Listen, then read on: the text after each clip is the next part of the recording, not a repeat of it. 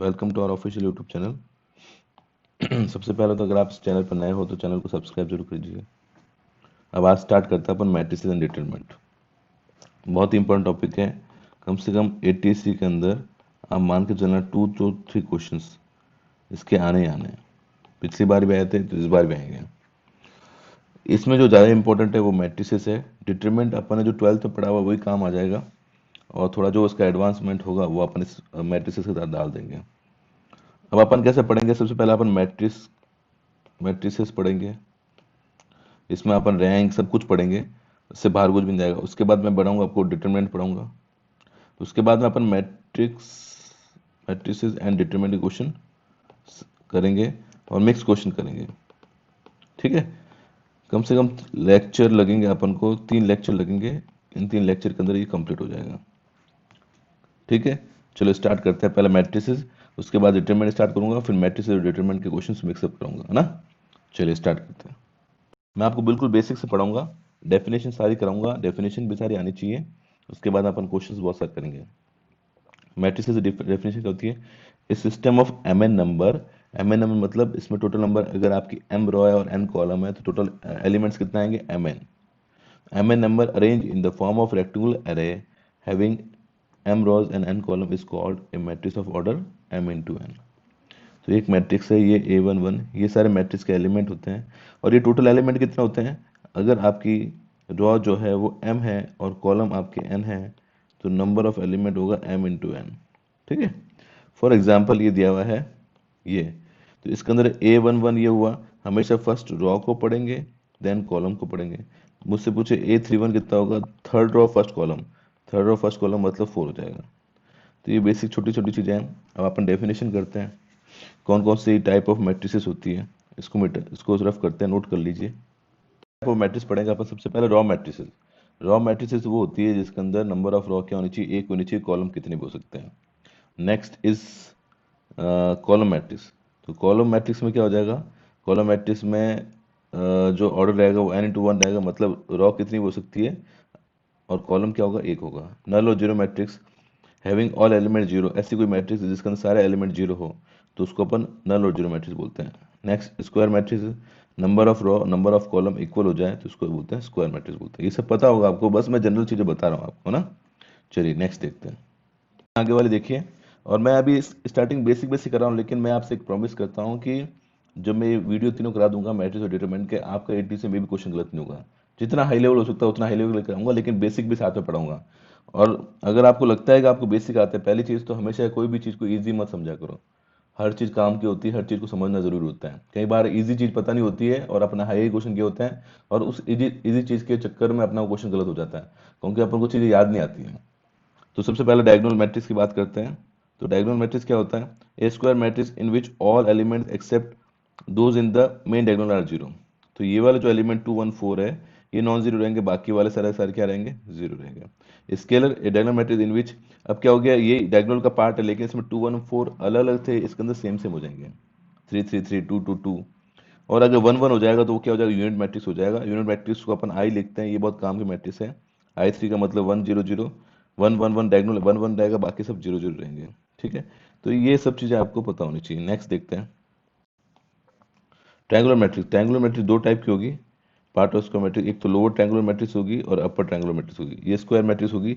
अब लोअर में क्या होगा? जो एक ट्रायंगल, जो ये वाला ट्रायंगल बन रहा है, इस ट्रायंगल के ऊपर वाले एलिमेंट क्या होंगे? जीरो। लोअर मतलब लोअर के जीरो नहीं होंगे, अपर के जीरो होंगे। अपर मतलब उसके ऊपर डायगोनल के ऊपर वाले जीरो होंगे। अपर ट्रायंगल के अंदर क्या होगा? अपर ट्रायंगल बनेगा मतलब नीचे वाले एलिमेंट जीरो होंगे। ट्रांसपोज मैट्रिक्स किसे क्या बोलते हैं? अगर कोई मैट्रिक्स ए है तो उसके सारे एलिमेंट्स की कॉलम और रो को आपस में इंटरचेंज किया जाए तो जो मैट्रिक्स अपने पास आएगी वो ट्रांसपोज मैट्रिक्स होती है। तो सिंपल ए दिया हुआ तो इस ये 1 2 3 दिया हुआ है, इसको आपको ऐसे लिखना है। ये 4 5 6 दिया हुआ है, इसको 4 5 6 ऐसे लिखो। इस 3 1 1 को ऐसे दिया हुआ है तो इस 3 1 1 को ऐसे लिखो। सिमेट्री मैट्रिक्स क्या होती है? अगर ए और ए डैश आपका सेम है, या इसको एटी भी बोलते हैं, एक ही बात है ट्रांसपोज। अगर आपका ट्रांसपोज और मैट्रिक्स दोनों सेम ही आ रहे हैं, इसका ए है, इसको आपने कॉलम चेंज किया, 1 3 5 को आपने ऐसे लिखा, 3 2 7 को आपने ऐसा लिखा, 5 7 3 को ऐसे लिखा, तो अगर ये दोनों सेम आ रही है, मैट्रिक्स दोनों सेम आ रही है, इक्वल मैट्रिक्स आ रही है, तो इसको अपन बोलते हैं सिमेट्रिक मैट्रिक्स बोलते हैं। ठीक है, नेक्स्ट देखिए एक आता है skew symmetry matrix. Skew symmetry matrix मतलब होगा if A equal to -80, simple सा ऑर्डर सेम होना चाहिए अगर उसका ट्रांसपोज निकालने पर माइनस का डिफरेंस आ रहा है। जैसे यहाँ पर देखो, यहाँ जीरो था तो यहाँ जीरो है, यहाँ वन था तो यहाँ माइनस वन है, या माइनस ही था तो प्लस ही हो गया, या माइनस वन था तो वन हो गया। कहने का मतलब ये है कि यहाँ फाइव था तो यहाँ माइनस फाइव हो गया। कहने का मतलब माइनस का डिफरेंस आ रहा है, तो है तो इक्वल लेकिन माइनस का डिफरेंस है, तो ए इक्वल टू माइनस 80 होगा तो इसको सिमेट्रिक मैट्रिक्स होगा। अगला आता है इक्वल मैट्रिसेस। इक्वल मैट्रिसेस क्या होगा कि सेम ऑर्डर होना चाहिए ऑल एलिमेंट। इस पर क्वेश्चन आते ध्यान ना, ये इंपॉर्टेंट है। इस पर मैं अच्छे से क्वेश्चन कराऊंगा आपको, आपको लगेगा बहुत इजी, लेकिन ये मैट्रिक्स बहुत इंपॉर्टेंट है। इक्वल मैट्रिक्स मतलब होता है सेम ऑर्डर होना चाहिए और ऑल कॉरेस्पॉन्डिंग एलिमेंट्स क्या होने चाहिए, इक्वल होना चाहिए। जैसे यहाँ कॉरेस्पॉन्डिंग मतलब अगर यहाँ वन है तो यहाँ पर ही वन होना चाहिए। सेम मतलब कहने का मतलब सेम है। इस पे बहुत अच्छे से क्वेश्चन बनते हैं, मैं बताऊंगा कराऊंगा आपको, ठीक है। ऑर्थोगोनल क्या होता है, इफ ए 80 इंटू, अगर ए किसी मैट्रिक्स है उसका ट्रांसपोज निकालने के बाद उसको मल्टीप्लाई किया जाए और अपने पास में यूनिट मैट्रिक्स मिलता है, तो ऐसे मैट्रिक्स होती है वो ऑर्थोगोनल मैट्रिक्स होती है ना। अब ये होगी डेफिनेशन, और भी बहुत सारी मैट्रिक्स होती है लेकिन इससे अपना काम चल जाएगा। कोई नई मैट्रिक्स आएगी तो मैं उसकी डेफिनेशन अलग से करूंगा। अब चलते हैं थोड़ा सा आगे। अब थोड़ी थोड़ी चीजें बेसिक मुझे पता होगा, ये मैं मान के चल रहा हूँ कि आपको एडिशन ऑफ मैट्रिक्स आपको आता होगा, addition, subtraction and multiplication of matrix, ये सब आपको आता होगा। इतना तो मैं मान के चल रहा हूँ क्योंकि आप एटीसी प्रिपरेशन कर रहे हो। सेकेंड चीज, आपको डिटर्मिनेंट भी निकालना आता होगा, डिटर्मिनेंट भी निकालना आता होगा, ठीक है। आपको ट्रांसपोज की में ट्रांसपोज जो अपन निकालते हैं जिसमें रॉ, इसकी कुछ प्रॉपर्टी वो मैं देता हूँ। किसी मैट्रिक्स का ट्रांसपोज का वापस ट्रांसफर लगाओगे तो वापस मैट्रिक्स आएगी। एक बार आपने रॉ और कॉलम को चेंज किया फिर वापस चेंज किया तो आनी है। इसकी एक प्रॉपर्टी बहुत इंपॉर्टेंट आती है, तो ये तो सिंपल सिंपल सबको प्रॉपर्टी क्या आती है, a plus b plus T equal to a T plus b T होता है। थर्ड प्रॉपर्टी आप याद रखना, आगे कभी एक अच्छा क्वेश्चन आएगा मैं करूँगा यहाँ पर। अगर ए बी दिया हुआ टी तो ये याद रखना बी की पावर टी ए की पावर टी होता है। इस पर बहुत अच्छा शानदार क्वेश्चन आया हुआ है। देखो फिर से बोल रहा हूँ, मैट्रिक्स बहुत सिंपल चैप्टर है, और अगर आप इसको ऐसे डेफिनेशन लोगे आप बोलोगे इसको पढ़ने का मन भी नहीं कर रहा है, बहुत इजी है क्या है, लेकिन ये इजी नहीं है। ये जो प्रॉपर्टी, ये जो मैं प्रॉपर्टी बता रहा हूँ ये कहीं ना कहीं बहुत बड़े बड़े क्वेश्चन को सॉल्व करेगी। तब आपको बस समझ में आएगा कि नहीं यार ये तो बहुत काम की चीज़ें हैं, जो अपन ईजी मान के चल रहे थे वो इतना ईजी है नहीं, ठीक है। उसके अलावा मैं मान के चल रहा हूँ आपको ये माइनर भी पता होगा, आपको आपको को फैक्टर भी पता होगा। ये सब छोटी छोटी चीजें जो आपने 12th में पढ़ी होगी। और आपको एक मैट्रिक्स का ए इनवर्स का भी फॉर्मूला आपने पढ़ा होगा। ए इनवर्स का फॉर्मूला होता होगा adjoint of a upon determinant of a. ये सब फॉर्मूला आई थिंक अगर आपने 12th ढंग से पढ़ी है तो आपको पता होंगे। जहाँ पर ये ए जो होना चाहिए जीरो नहीं होना चाहिए, तभी क्या होगा इसका ए इनवर्स पॉसिबल होगा। अरे बात समझ, ये सब चीजें बेसिक बेसिक चीजें अपन ने पढ़ ली है 12th क्लास में, ठीक है। अब इसमें अपन अच्छे से क्वेश्चन करेंगे। मैं एक इनवर्स क्वेश्चन, कभी भी इनवर्स निकालना always use this formula in ATC. आपको सिर्फ इनवर्स निकालने के लिए ही फॉर्मूला यूज करना है और कोई फॉर्मूला यूज नहीं करना। क्वेश्चन कैसे भी आए तो आपको ए इनवर्स के लिए कुछ कुछ चीजें बताऊंगा, जो चीजों के लिए सिर्फ वही चीजें यूज करनी है। जैसे मेथड बहुत सारे है इनवर्स निकालने के लिए, बट अपन बस ये यूज करेंगे। अब मैं एक दो क्वेश्चन इनवर्स के कराऊंगा, उसके बाद रॉ कराऊंगा, सॉरी आपका रैंक क्या होता है मैट्रिक्स वो कराऊंगा, फिर एन वेक्टर एन वैल्यू कराऊंगा, फिर इक्वलन फॉर्म कराऊंगा, फिर आपके कैली हैमिल्टन थ्योरम कराऊंगा। बहुत सी चीजें करानी है इस वीडियो के अंदर, तो ये बेसिक बेसिक चीज था।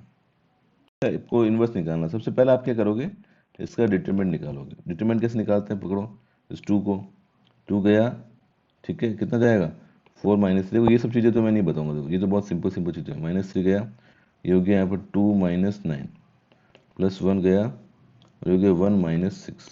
कुछ नहीं किया मैंने, पहले 2 को पकड़ा, फिर 2 का इसको उसको मल्टीप्लाई करना पड़ता है 4 माइनस 3, ठीक है। फिर -3 को पकड़ा, फिर ये गया 2 माइनस 9, फिर 1 आया, 1 को 1 माइनस 6 कर दिया तो ये बच गया 2, ये हो जाएगा 1 माइनस 3, ये 2 में से माइनस गया तो कितना बचेगा माइनस का 7 प्लस -5, ठीक है। तो 2 प्लस 21 माइनस 5, तो ये 23 में से 5 गया, कितना बच गया 18 बच गया। ये तो आपका डिटरमिनेंट आ गया। अब आप निकालोगे इसका एडजॉइंट निकालोगे। एडजॉइंट कैसे निकालते हैं, पहले सारे एलिमेंट का माइनर निकालना पड़ता है। आई थिंक ये सब चीज़ें आपको आती होगी, अगर नहीं आई तो मुझे कमेंट करके बता देना। इतना कुछ हार्ड नहीं है, मतलब इसका ए इनवर्स पॉसिबल होगा और वो ए इनवर्स हो जाएगा आपका adjoint of a upon determinant. मैं तो बस इसलिए कर रहा हूँ ताकि आपका रिवीजन भी हो जाए, आपको समझ में आ जाएगा हाँ यार ये सब चीज़ें होती हैं, तो ये निकल जाएगा, ठीक है। आगे बात करते हैं, दे रहा हूँ और आपको इसके इन्वर्स निकालना है, फर्स्ट क्वेश्चन। और मुझे कमेंट करके बताना है कि आपका आंसर क्या है। एक इस मैट्रिक्स का इन्वर्स निकालना, दूसरा इसका निकालना।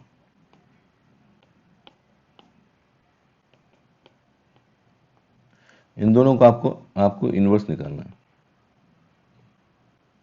ठीक है। चलिए अगला क्वेश्चन देखते हैं। अभी तक सिर्फ बेसिक चल रहा था 12th क्लास का। मुझे पता है बहुत से स्टूडेंट आप में से बहुत इंटेलिजेंट होंगे, उनका ये क्या बेसिक बेसिक पढ़ा रहे हैं। अब जो मैं पढ़ाऊंगा वो मोस्ट इंपोर्टेंट, सारी चीजें मोस्ट इंपोर्टेंट है, सारी सारी चीजें बहुत इंपॉर्टेंट। पहले वाली इंपॉर्टेंट थी। देखो जो मैं पढ़ा रहा हूँ उसको पूरा पढ़ो, सीरियसली पढ़ो, भली इजी हो उसको पढ़ लो एक बार। मेरा एक्सपीरियंस बोलता है कि कई बार अपने इजी चीजें छोड़ के जाते हैं और बहुत सारी गलतियां होती है, तो कोई भी इजी चीज होती नहीं है। अब मैं जो चीजें पढ़ाऊंगा वो मोस्ट इंपॉर्टेंट है। इसमें फर्स्ट जो चीज आती है वो आती है linear dependence, linear dependence and independence of vectors.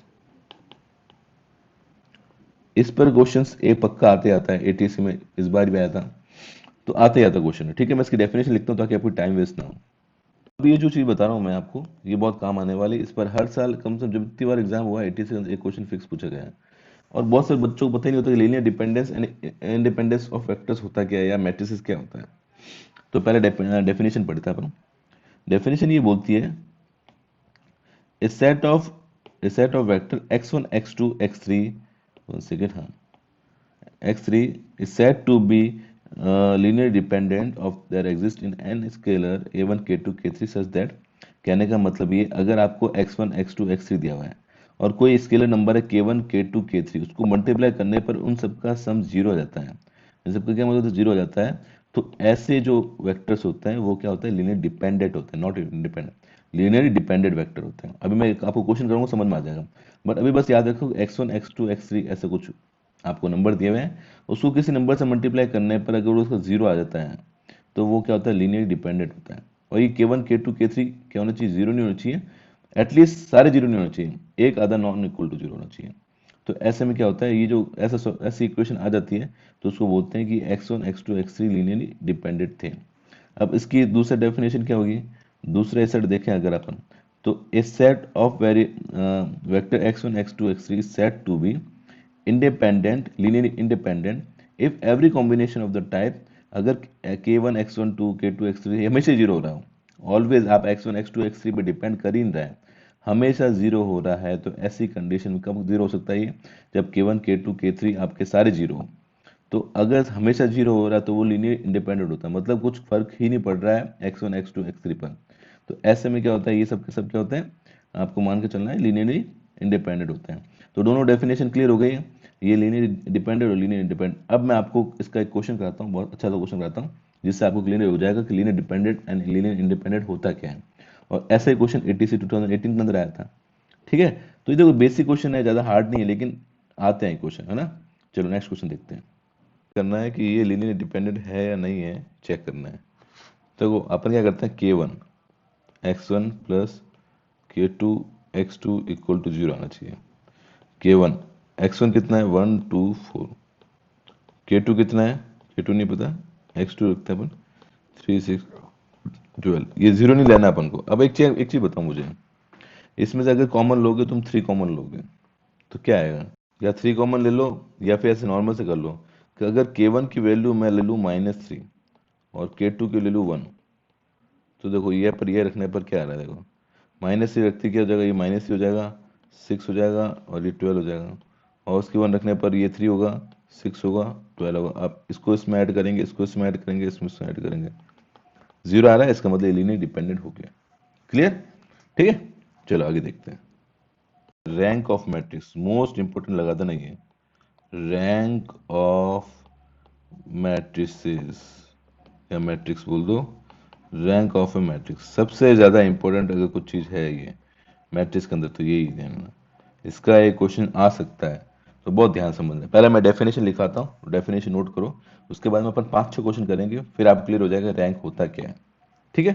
चलो पहले डेफिनेशन देखो, मैं आपको बता देता हूँ, ये थोड़ा सा देख लो कि सब मैट्रिक्स क्या होता है। ये देखो डेफिनेशन देख लो, सब मैट्रिक्स ऑफ सब मैट्रिक्स क्या होता है, अगर कोई मैट्रिक्स ए दी हुई है तो इसका कुछ भी छोटी मैट्रिक्स इससे इससे जो निकली हुई है उसको बोलते हैं सब मैट्रिक्स।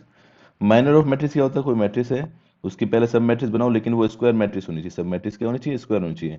तो उसका जो डिटरमिनेंट होगा वो आपका क्या होगा, माइनर कहलाएगा। जैसे ये मैंने निकाली ए में से ये इतना से निकाल दिया स्क्वायर मैट्रिक्स, क्योंकि डिटरमिनेंट पता है अपन को सिर्फ स्क्वायर मैट्रिक्स निकलता है, तो इसका अगर आप डिटरमिनेंट निकालोगे तो वो जो आएगा वो उसका क्या होगा, माइनर होगा। ठीक है, ये दोनों पता होना चाहिए तभी आपको रैंक समझ में आएगी। आगे देखो, डेफिनेशन बहुत सिंपल है, सबसे अच्छी डेफिनेशन बता रहा हूँ, ये वाली डेफिनेशन आप याद रख लेना और इसी से अपन क्वेश्चन करेंगे सारे।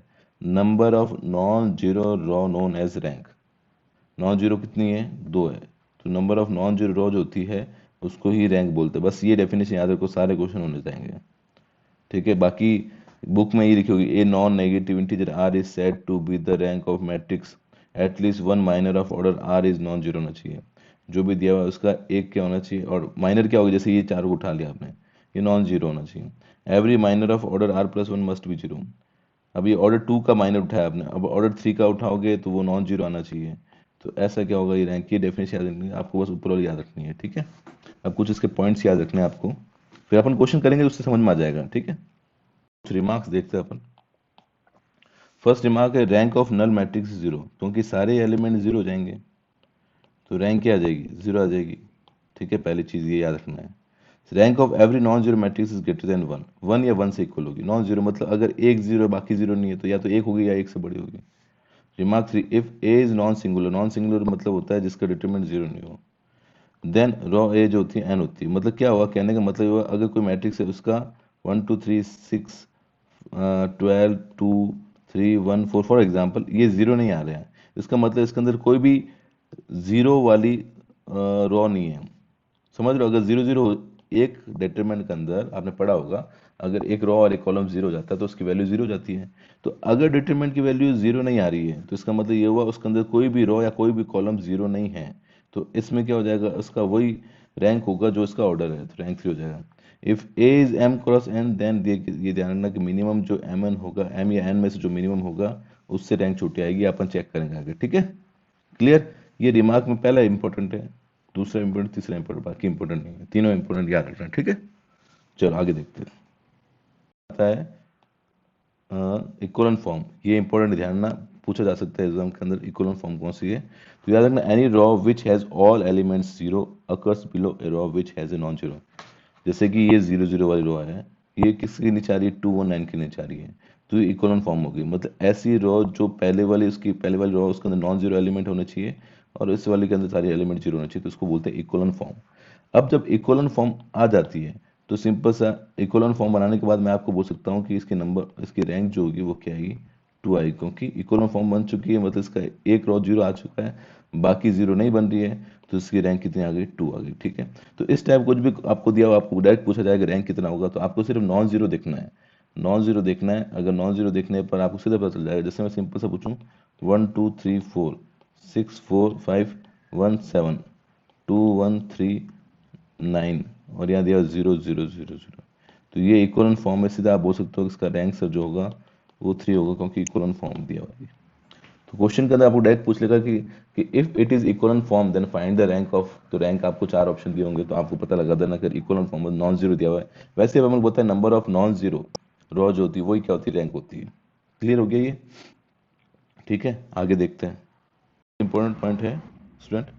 अब क्या करेंगे, अपन कोई भी मैट्रिक्स दी हुई है तो अपन को डायरेक्ट इक्वलन फॉर्म में दी नहीं होगी, अपन को चेंज करना पड़ेगा, जो कि आपने 12th क्लास में किया होगा जब आपको इनवर्स निकालना पड़ता था। तो कहने का मतलब, अगर आपको कोई मैट्रिक्स दिया तो to reduce a matrix in equivalent form we can use either only raw or only column transformation, right। या तो आपको रॉ वाला यूज करना है या कॉलम वाला यूज करना है। मैं बताऊंगा कैसे मैंने रैंक निकाली है, ठीक है ना। तो ये दोनों चीजें आपको पता होनी चाहिए कि किस तरीके से आपको यूज करना है। आई बात समझ में। ठीक है, हमेशा याद रखना है कि एक या तो आप कॉलम यूज करेंगे या फिर आप रॉ यूज करेंगे, ट्रांसफॉर्म दोनों साथ में यूज नहीं कर सकते हैं। तो ये छोटी, तो ये थोड़ा बोरिंग टॉपिक है, मैं इसलिए बता रहा हूँ आपको। धीरे धीरे क्वेश्चन करूंगा तो मजा आएगा, लेकिन थ्योरी बताना बहुत जरूरी है। रैंक होती क्या है, रैंक को कैसे चेंज करते हैं, इक्विवेलेंट फॉर्म क्या होती है। अब एक आती है नॉर्मल फॉर्म ऑफ मैट्रिक्स, उसके बाद अपन 4 5 7 8 क्वेश्चन करेंगे तो रैंक टॉपिक कंप्लीट हो जाएगा। देखिए नॉर्मल फॉर्म क्या होती है स्टूडेंट, ऐसी फॉर्म इस टाइप की IR 0 0 0, ठीक है, इस टाइप की जितनी फॉर्म होती है वो आपकी क्या होती है, एक सेकेंड, हाँ, ऐसे जितनी फॉर्म होती है उसको बोलते हैं नॉर्मल फॉर्म। जैसे फॉर एग्जांपल ये, मतलब आपको इसमें तो इतना सा पार्ट यूनिट मैट्रिक्स बन रहा है, तो इसको अपन क्या लिख सकते हैं, आई टू लिख सकते हैं, बाकी वाला आई टू लिख सकते हैं, इसको बाकी वाला 0 0 0 0 ऐसा करके लिख सकते हो आप, ठीक है। सॉरी, मेरे को आगे और भी जीरो लिखना था, आई टू करके 0 0 0 करके लिख सकते हो। अब एस को क्या लिख सकते हो आप, देखो ये तो पूरा क्या होगा, आई थ्री हो गया, और ये तीनों क्या हो गया, जीरो हो गया, ये तीनों क्या हो गया, जीरो हो गया, तो आप इसको लिख सकते हो आई थ्री जीरो। इसमें अगर मैं रैंक पूछूं आपसे, तो नंबर ऑफ नॉन जीरो कितनी दिख रही है, दो दिख रही है, तो रैंक टू हो गया। इसमें कितनी हो जाएगी, रैंक थ्री हो जाएगी। तो अगर कोई इक्वेशन अपन को नॉर्मल फॉर्म दिए हुआ है, तो उसके यूनिट मैट्रिक्स की जो यूनिट मैट्रिक्स जितना ऑर्डर का होगा वही उसकी क्या हो जाएगी, रैंक हो जाएगी। तो इसलिए नॉर्मल फॉर्म काम आती है, अपन काम में नहीं लेंगे, अपन सारे क्वेश्चन इक्वलेंट फॉर्म से करेंगे, ठीक है। अब अपन क्वेश्चन पाते हैं, मेन मुद्दे पाते हैं, करते हैं अपन। अब अपन स्कूल में बोला है कि रैंक निकालनी है, रैंक ऑफ मैट्रिक्स से। अब मैं 5 7 क्वेश्चन कराऊंगा, आपको रैंक में कभी दिक्कत नहीं आएगी, आप इजीली कर पाओगे।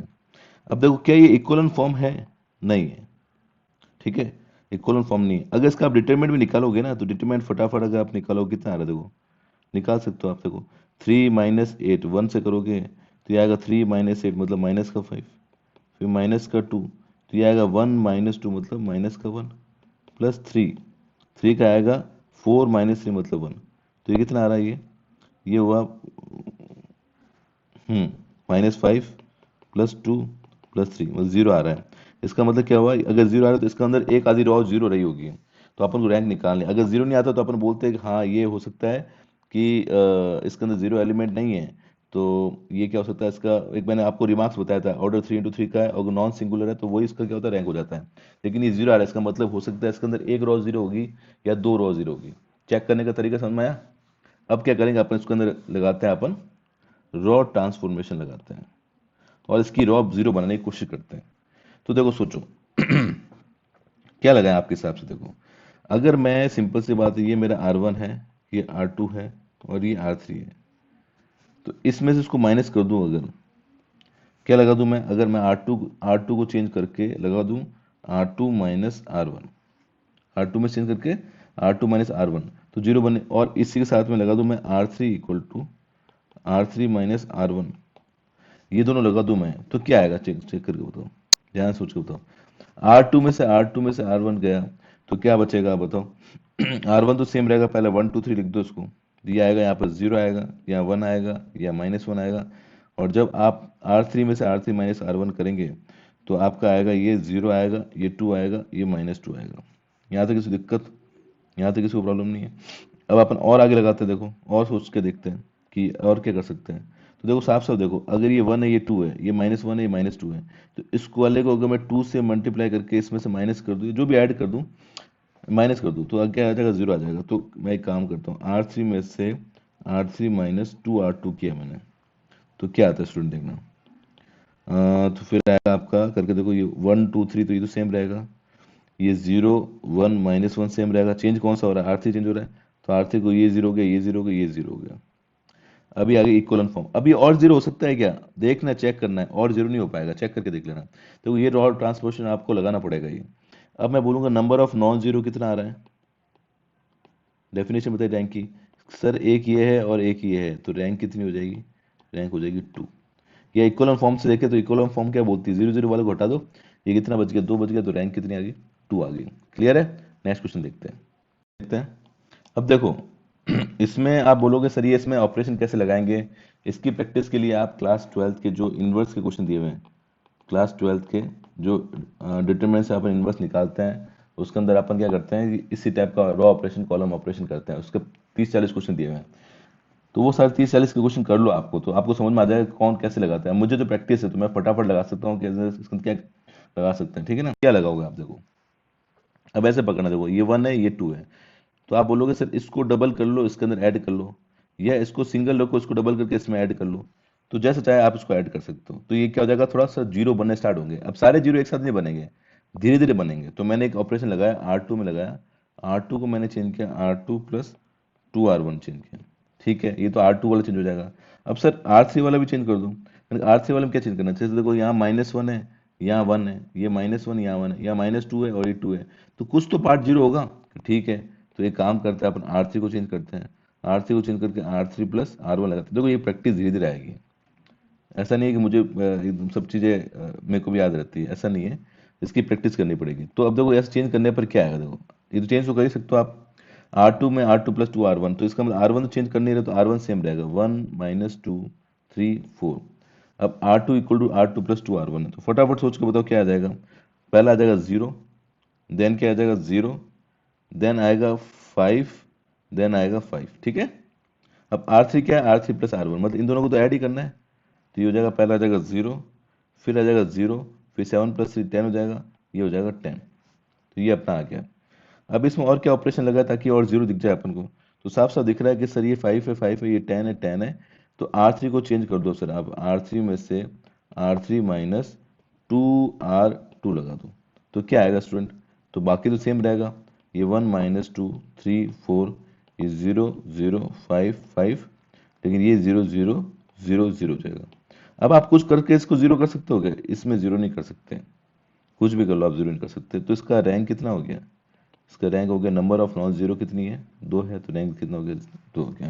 कितना सिंपल है रैंक निकालना, देखो इसमें क्या हार्ड है, बहुत आसानी से आप रैंक निकाल सकते हो अगर आपको कॉन्सेप्ट क्लियर है। तो अगर आपको ये रॉ ट्रांसफॉर्मेशन और कॉलम ट्रांसफॉर्मेशन लगाना आता है तो आप इजीली कर सकते हो। अगला क्वेश्चन देखते हैं, 3 4 क्वेश्चन दे रहा हूँ, इसका आप निकालना, मुझे बताना कि रैंक कितनी आई थी। 1 2 3 7 माइनस 5 2 3 0 1, इसका बताना। 5 4 2 1 2 1 3 6 माइनस 1 2 4 2। बस की प्रैक्टिस करनी, इन दोनों की मुझे रैंक निकाल के बताना कि रैंक कितनी आई थी, ठीक है, कमेंट करके बताना। बाकी प्रैक्टिस करनी है, इतना हार्ड कुछ भी नहीं, कर सकते हो।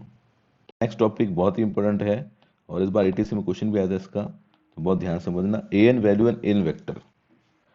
तो सिंपल सी बात, डेफिनेशन ये है कि अगर A आपका कोई मैट्रिक्स है, AIJ n into n, square matrix है, ठीक है ना, जिसके अंदर क्या नंबर ऑफ रो और नंबर ऑफ कॉलम जो इक्वल है, of order n and I be the n unit matrix, I का भी ऑर्डर क्या सेम है, जो मैट्रिक्स स्क्वायर मैट्रिक्स का ऑर्डर है, जैसे 5 इंटू 5 है, तो I भी क्या है आपका 5 इंटू 5 का है। Then matrix A minus lambda I known as character matrix of A। आई बात समझ में, तो उसको क्या बोलेंगे, ऐसे मैट्रिक्स क्या बोलेंगे, characteristic of matrix of a बोलेंगे, ठीक है ना। A minus lambda I known as characteristics of matrix of a. The determinant of a minus lambda I, अगर मैं इसका डिटरमिनेंट निकालूंगा तो स्टूडेंट क्या होगा, तो लैम्डा आई पता होगा, देखो सिंपल आई क्या होता है 1 0 0 0 1 0 0 0 1। तो इसको अगर मैं लैम्डा से मल्टीप्लाई करूंगा तो लैम्डा कहाँ कहाँ मल्टीप्लाई होगा, डायगोनल में होगा। तो ये डायगोनल जब इस माइनस करूंगा ए माइनस, तो डायगोनल वाले एलिमेंट के अंदर से माइनस होगा ये, आ रही बात समझ में। और जब इसका डिटरमिनेंट निकालेंगे तो इक्वेशन कैसी बन रही होगी, लैम्डा लैम्डा लैम्डा आपस में मल्टीप्लाई होंगे, तो लैम्डा की पावर n आएगी, फिर n माइनस 1 आएगी, फिर n माइनस 2 आएगी, बढ़ते बढ़ते कांस्टेंट आएगी। दोस्त अपन बोलते हैं कैरेक्टरिस्टिक इक्वेशन ऑफ ए, आई बात समझ में। और ये जो लैम्डा 1 लैम्डा 2 लैम्डा 3 से लेकर लैम्डा n जो आता है, इसको बोलते हैं आईएन वैल्यू ऑफ ए, आई बात समझ में। तो ये अपन क्वेश्चन करेंगे तो अपन निकालेंगे। इस बार एक ATC में क्वेश्चन आया था, वो भी अपन ने कराया था, मैंने बताया था आपको, उसमें थोड़ा थोड़ा बेसिक बताया था। बात समझ में आ गई है, ठीक है। अभी क्वेश्चन करेंगे तो और ज्यादा क्लियर हो जाएगा। बस डेफिनेशन याद रखो कि इफ ए मैट्रिक्स है जिसका ऑर्डर n इंटू एन है और एक आई मैट्रिक्स है, तो a माइनस लैम्डा आई जो होता है उसको बोलते हैं कैरेक्टरिस्टिक मैट्रिक्स ऑफ a बोलते हैं। और उसका जब डिटरमिनेंट निकालते हैं तो उसको 0 के इक्वल करते हैं, तो वहां से लैम्डा 1 लैम्डा 2 लैम्डा 3 की वैल्यू आती है, वो जो वैल्यू आएगी उसको आई एन वैल्यू बोलेंगे। आई बात समझ में, क्लियर, ठीक है। अब नेक्स्ट देखते हैं, एन वेक्टर आता है, ठीक है ना। ये क्या होता है, देखो पिछली बार एन वैल्यू पे क्वेश्चन आया, तो इस बार क्वेश्चन आ सकता है एन वेक्टर पे आ सकता है। मैं आपको इसके अंदर एग्जांपल से बताऊंगा तो आपको जल्दी क्लियर होगा। अभी सिर्फ इतना याद रख लो, इसकी डेफिनेशन ये होगी कि if the matrix a minus lambda I, ये इसका डिटरमिनेंट क्या आ जाए 0 आ जाए, मतलब ये कैसे होगी मैट्रिक्स, सिंगुलर मैट्रिक्स होगी। अगर ए मैट्रिक्स है जिसमें ए माइनस लैम्डा आई निकालने पर वो सिंगुलर आ जाए या उसका डिटरमिनेंट 0 हो जाए, तो ये बोलता है then there exist a non zero vector x such that a minus lambda I, जिसको x को मल्टीप्लाई कर 0, तो यहाँ से आएगा ax माइनस क्या आ जाएगा, ax equal to lambda x आ जाएगा। तो ये जो x जो होता है इसको बोलते हैं an वेक्टर बोलते हैं। अब इसको अपन अच्छे से कराएंगे अपन एग्जाम्पल देकर। तो an वैल्यू क्लियर हो गया, एक मैं क्वेश्चन कराता हूँ, उसके बाद में अपन देखते हैं an वैल्यू कैसे निकालेंगे, an वेक्टर कैसे निकालेंगे, फिर इसकी प्रॉपर्टी पढ़ेंगे। पहले एक क्वेश्चन कर लेते हैं, ठीक है। करता है, सबसे पहले अपन ए एन वैल्यू निकालते हैं, ठीक है स्टूडेंट। अब ध्यान समझना, ये मेरे ए दिया हुआ है, सबसे पहले इसका कैरेक्टरिस्टिक मैट्रिक्स निकालो, ए माइनस लैम्डा आई, वो सिंपल से क्या निकलेगा लैम्डा आई। फटाफट करना तो बस सिर्फ डायगोनल से माइनस कर दो, -2 -6 7 माइनस लैम्डा -4 2 -4 और 3 माइनस लैम्डा। ये आ गया आपकी कैरेक्टर इक्वेशन। इसको क्या करना है, जीरो कर देना है। जब इसको जीरो करोगे तो फटाफट जीरो करो, क्या आएगा, तो डिटरमिनेंट जीरो करना है। इसका क्या करना है, डिटरमिनेंट जीरो करना है। तो 8 माइनस लैम्डा, फिर अंदर क्या आएगा 7 minus lambda multiply 3 minus lambda, फिर माइनस, ये माइनस माइनस कितना हो जाएगा 16 हो जाएगा, फिर बीच में +6 आएगा। डिटरमिनेंट कैसे खोलते हैं वैसे खोलना है, -6 3 माइनस लैम्डा, फिर हो जाएगा प्लस का 8 हो जाएगा और +2, और ये करोगे तो आएगा 24 -2 7 माइनस लैम्डा इक्वल टू 0। ठीक है, इस इक्वेशन को आप सॉल्व करोगे। आगे बात समझ में। अब सॉल्व करने के बाद क्या आ रहा है, सॉल्व करने के बाद आएगा माइनस लैम्डा क्यू, ये मैंने मेरे नोट्स में सॉल्व की हुई है, आपको खुद को सॉल्व करनी है। 45 लैम्डा इक्वल टू 0 सॉल्व करके देख लेना। अब इसमें से कॉमन क्या आ रहा है, लैम्डा कॉमन आ रहा है, तो लैम्डा कॉमन ले लो या माइनस लैम्डा कॉमन ले लो, तो ये हो जाएगा lambda square minus 18 lambda plus 45 equal to 0। ठीक है, तो यहाँ से 3 सॉल्यूशन निकलेंगे। एक तो लैम्डा इक्वल टू 0 आ जाएगा, इसको आप सॉल्व कर लोगे। 45 आ रहा है, कैसे करोगे, 15 और 3 कर दोगे। ठीक है, तो ये हो जाएगा लैम्डा की वैल्यू एक तो सी आ जाएगी, एक लैम्डा की वैल्यू 15 आ जाएगी। तो यहाँ पर 3 वैल्यू आ गई लैम्डा की। यही क्या हो गया आपका ए एन वैल्यू हो गया। आपसे पूछो ए एन वैल्यू क्या है, 0 3 15। समझ में आई, उनमें आगे ए एन वैल्यू कैसे निकालनी, ए माइनस लैम्डा ही निकालो, कैरेक्टरिस्टिक उसका निकालो, कैरेक्टरिस्टिक उसका डिटरमिनेंट निकालो, जीरो करो, वहाँ से आपके लैम्डा की जो वैल्यू होगी वही ए एन वैल्यू होगी। अब बात करते हैं अपन ए एन वैक्टर का, इसको नोट कर लो आप, इसको नोट करते रहो, फिर मैं इसको छोटा छोटा कर रहा हूँ। अब हम बात करते हैं ए एन वैक्टर की बात करते हैं। ठीक है, अब मैं निकालता हूँ ए एन वैक्टर। अब ए एन वैक्टर क्या होता है कि हर लैम्डा की वैल्यू पर ए एन वैक्टर की इक्वेशन अलग आती है। तो सिंपल सा इसकी डेफिनेशन क्या बताई, तो मैंने अगर ए माइनस लैम्डा आई है, इसको एक्स से मल्टीप्लाई करोगे तो जीरो आना चाहिए। अब ए माइनस लैम्डा आई आया कितना आपका ये आया 8 माइनस लैम्डा माइनस का 6 2 -6, अभी अपन निकाला था 7 माइनस लैम्डा माइनस का 4 2 -4 3 माइनस लैम्डा। और x क्या होता है, x होता है आपका x1 x2 x3, और ये कितना आना चाहिए 0। 0 का आप लिख सकते हो 0 0 0, कैसे भी लिख सकते हो। अब यहाँ से आपको x1 x2 x3 की वैल्यू फाइंड करनी है। क्या करना है, x1 x2 x3 की वैल्यू फाइंड करनी है। अब मैं लैम्डा की वैल्यू, क्योंकि अब मैं इसको सॉल्व किसके कर रहा हूँ, अलग वैल्यू पर कर रहा हूँ। तो फर्स्ट वो वैल्यू है मेरे लिए, वो लैम्डा की वैल्यू कितनी है, 0 है, तो इसमें लैम्डा की 0, क्योंकि मेरे पास 3 वैल्यू आई थी, लैम्डा की वैल्यू 0 पुट की इसमें, तो मेरे पास इक्वेशन क्या आएगी 8 -6 2 -6 7 -4 2 -4 3, और यहाँ पर आ गया x1 x2 x3 equal to 0। तो जब आप इसको सॉल्व करोगे तो 3 इक्वेशन आएगी, 3 इक्वेशन आएगी, 3 बार सॉल्व करोगे। अभी सॉल्व करोगे तो आपको x1 x2 x3 की वैल्यू आएगी।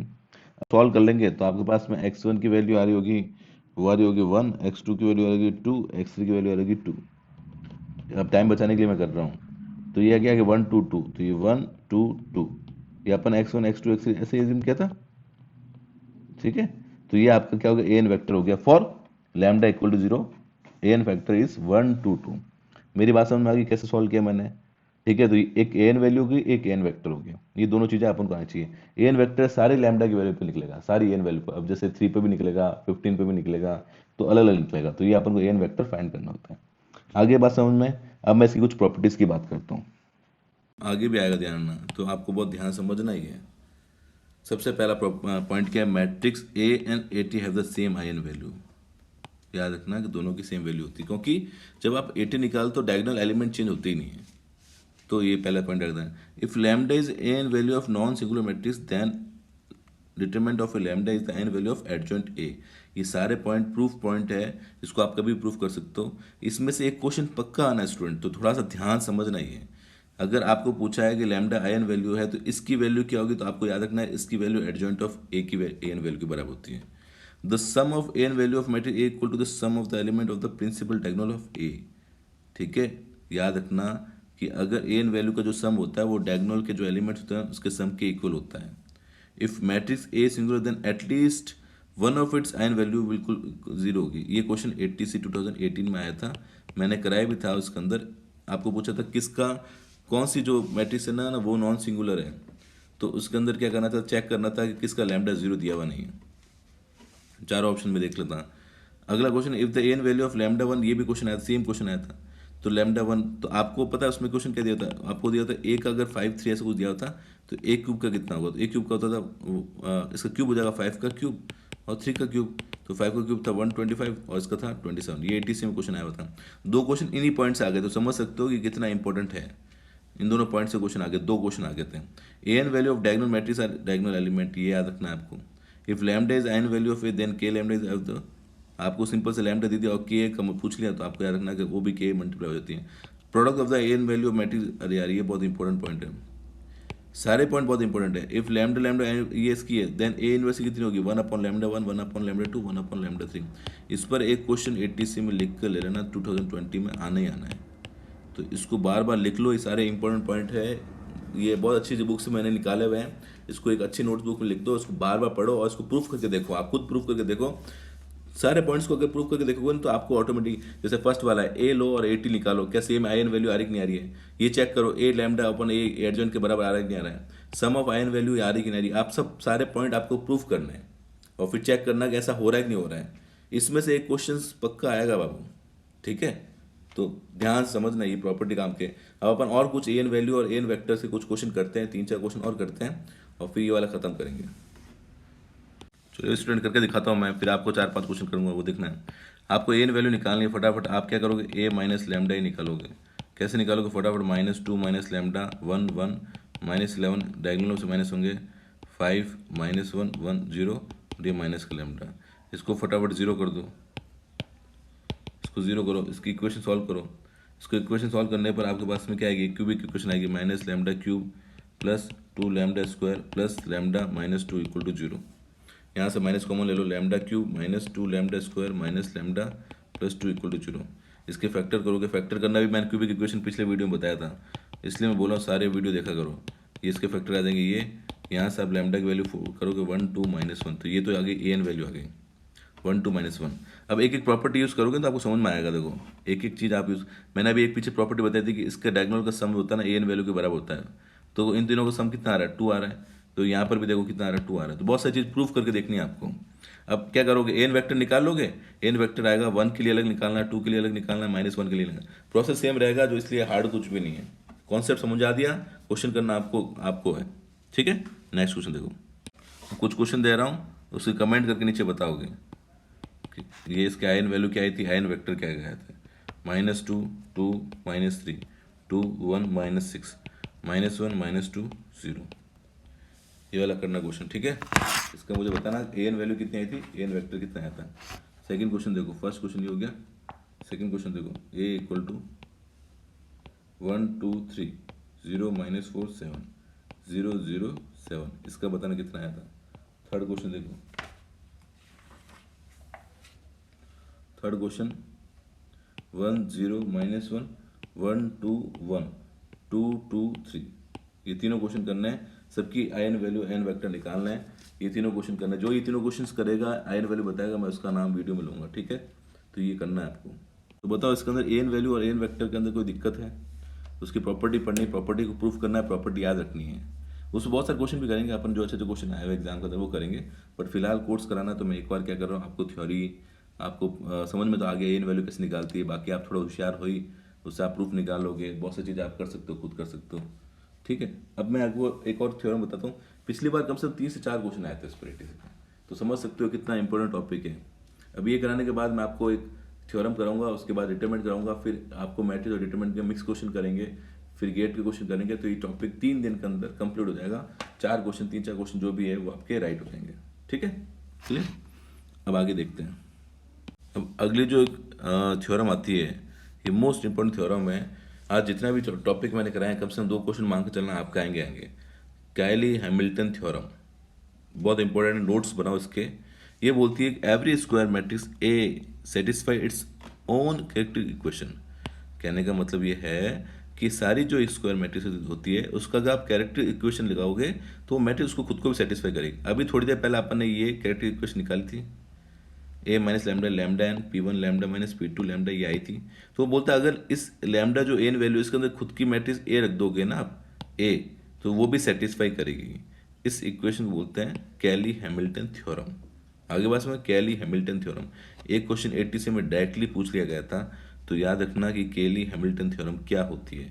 इसका कोई ये नहीं पूछेगा, सिर्फ आपको ये पूछेगा, ये इक्वेशन पूछ लेगा आपको बस, और कुछ भी नहीं पूछेगा। केली हैमिल्टन इक्वेशन क्या होगी, उसका ए इनवर्स निकालना, तो ए इनवर्स क्योंकि ऑब्जेक्टिव है तो आपको अगर पूछेगा कि केली हैमिल्टन से आप ए इनवर्स निकालो, तो अगर सब्जेक्टिव होता तब तो अलग बात होती।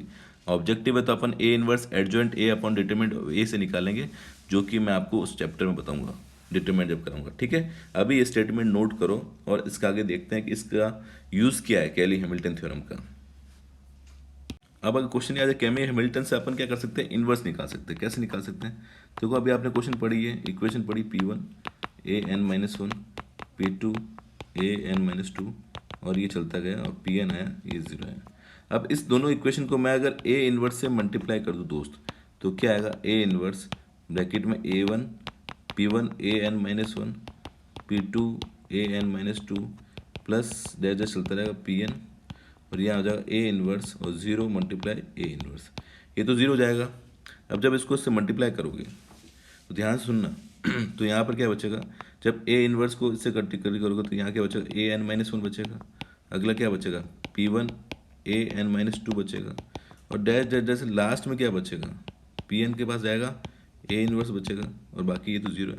अब इस वाली पार्टी को सबको उधर लेके जाए, इससे पहले वाली पार्टी को उधर लेके चल जाए और इसको डिवाइड कर दे, तो अपना ए इनवर्स कितना आ जाएगा, ए इनवर्स आएगा minus of an-1 plus P1 an-2 plus dash dash dash upon ये हो गया Pn।